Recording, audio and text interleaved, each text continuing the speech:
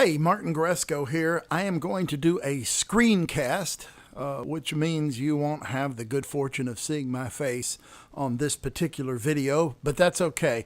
What you came here for was some information. Hopefully you're going to follow up from the first video that I did on Tammy Wynette singing Precious Memories. And so what I'd like to do right now is just cover a few of the key things that I did when I was playing it, and then I'm going to actually play a couple of snippets from her song, and we're going to break down exactly what that keyboard player did because I interpreted it just a little bit differently. There is no right or wrong way. That's the beauty of being creative and spontaneous at the keyboard. All right, so the first thing that I want to talk to you about when you're playing a gospel style is the idea of a passing chord. All right, Precious Memories by Tammy Wynette is in D flat. D flat has D flat, E flat, F, G flat, A flat, B flat, C, back up to D flat. All right, so if we form chords on every scale degree, starting with the D flat, we have a D flat chord, an E minor chord. That's a D flat chord in the first inversion. That's a G flat chord, an A flat chord, a B flat minor chord, and that is a C diminished chord, and then we're back up to D flat. Now, what we're going to do with passing chords is kind of take what I just did, and there's going to be just a slight change. So what we're basically going to work with is that, for example, if you're in the key of D flat, or you're in the on the D flat chord for a portion of the song, then you want to do passing chords. So you start with the root position, which is D flat, F, and A flat. The first inversion of that is F, A flat, D flat. The second inversion is A flat, D flat, and F. All right? You can do that with every chord up the scale, just like we did a while ago.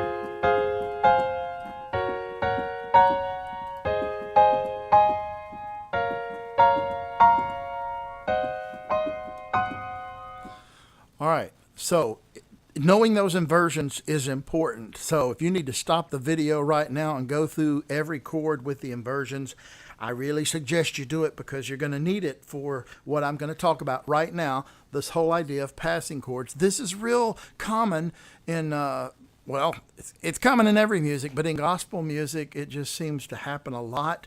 All right, so I'm in D flat, and I'm just going to play around a little bit so that you can hear what passing chords do, because what I'm going to do is I'm going to go from this inversion. What you're doing with a passing chord is you're just going from, I could start here, or I could start here.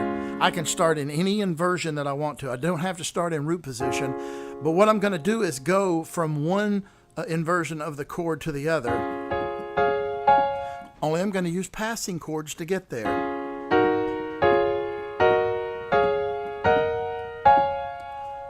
Every note that I use is in the D flat scale. If I were on the G flat chord,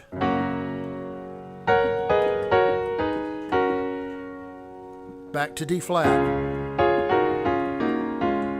A flat, D flat.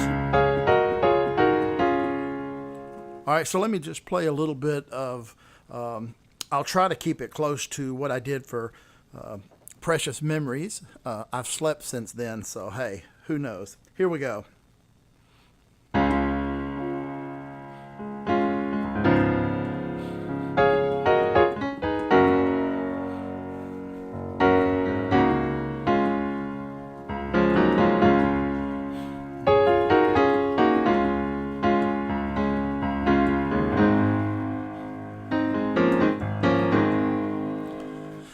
Okay, so I'm throwing a couple of other little things in there that kind of sweeten it up. So what am I doing? Well, sometimes I break the chord up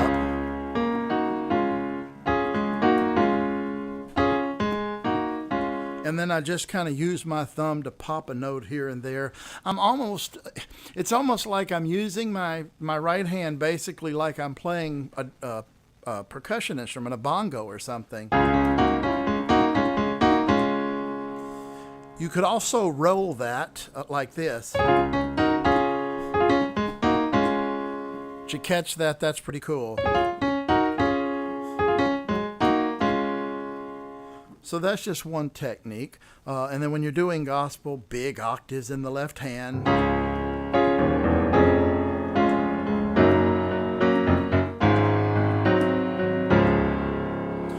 All right, so what's going on there? I'm doing the octave in my left hand. You'll notice that I'm not articulating every note the same way. That is, sometimes I'm sustaining them, and then sometimes I'm doing a staccato. Again, that just comes from listening to a lot of gospel music and hearing what other players are doing. And I don't have a magic secret here other than you've just got to practice quite a bit and listen to a lot of gospel music.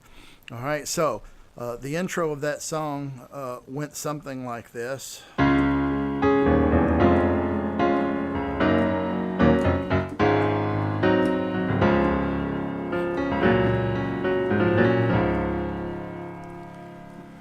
All right, so let me stop again. Let's look at what I did there. Of course, I did the sustain. I did a walk up because I was going from a D flat to a G flat chord. And so sometimes what's really nice is just when you're going from the one chord, which is what that is, that's one. When you're going to go to the 4 of the scale, also called the subdominant, it's nice, you can do a little lead. And you can add a 7th chord in the right hand if you'd like. You don't have to, but it's just nice. Hear that again.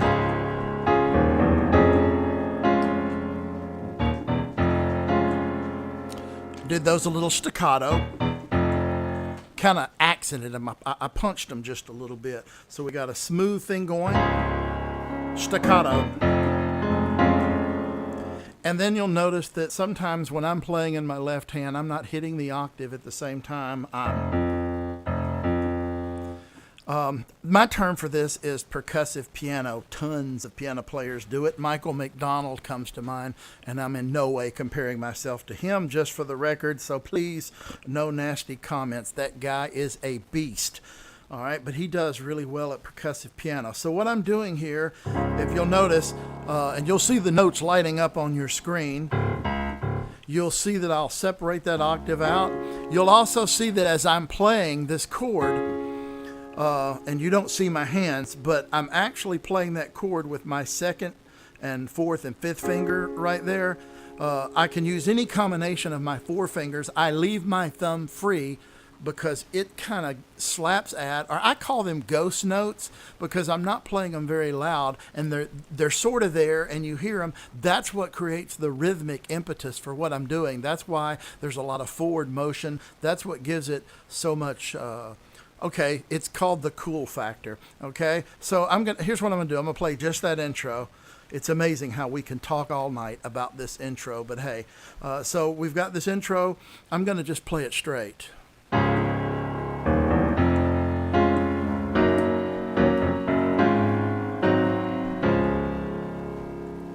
All right, now I'm going to play it my way, where you'll see me watch the notes as they light up. You'll notice that I kind of, and then I'll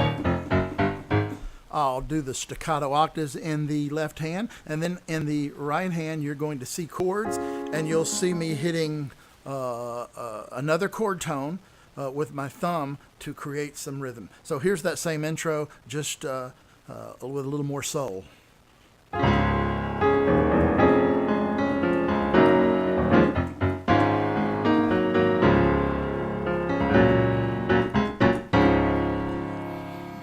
Here's another cool gospel technique you can do. All right, so we take the D flat chord, which is, there it is. I'm just opening it up. So we got a D flat in the bottom. The 3rd of the chord is in my right hand. The fifth of the chord is back in my left hand. And then the top of the chord I'm playing with my pinky. Now, you're going to move the inner voices.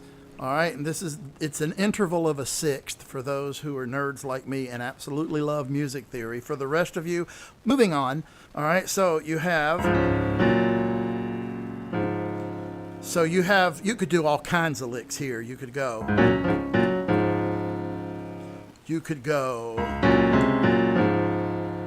or you could go. All right, I'm going to do this intro one last time, and then we'll see what direction I go with that little moving inner voice. Again, these are all characteristics of gospel style.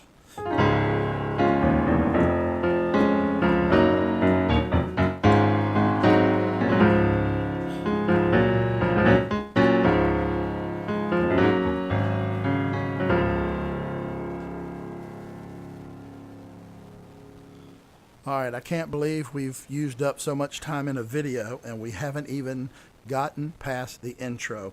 All right, but I have shown you some passing chords, shown you a little bit about some staccato punch in the bass notes, the moving inner voices. And listen, you don't have to worry about getting it all in this video. I have got so many things coming. Listen, if you want to find out about them, I wish I could tell you on this video. I can't. It's a surprise, but in just a few weeks, something huge is coming, and you need to sign up so that you will be a part of it. So if you click on the link under the video, it'll take you to a page where you'll get just some brief notes, a free PDF that talks about the passing chords and a couple of the other things that I have mentioned in this video. All right, so if you do that, you also get an opportunity. You can sign up for my email list. I promise I'm not going to spam you. I won't sell your name, and I won't send you a bunch of junk. About once a week, I will send you a cool tip. I just sent the list a tip today on color chords, how to create them, when to use them. So it's that kind of information that you'll get by clicking on that link, putting in your email, and then you can also click on the link and get a free transcript of this lesson. All right, so I'll stop now. I had not planned to go further, but I'll tell you what, I'm sensing that there's going to be a Precious Memories Part 3, so just stay tuned. And next time, I promise, we'll get past the intro and go into the song, and I will actually play some of the snippets from Tammy Wynette's version of it. God bless. Thank you for watching.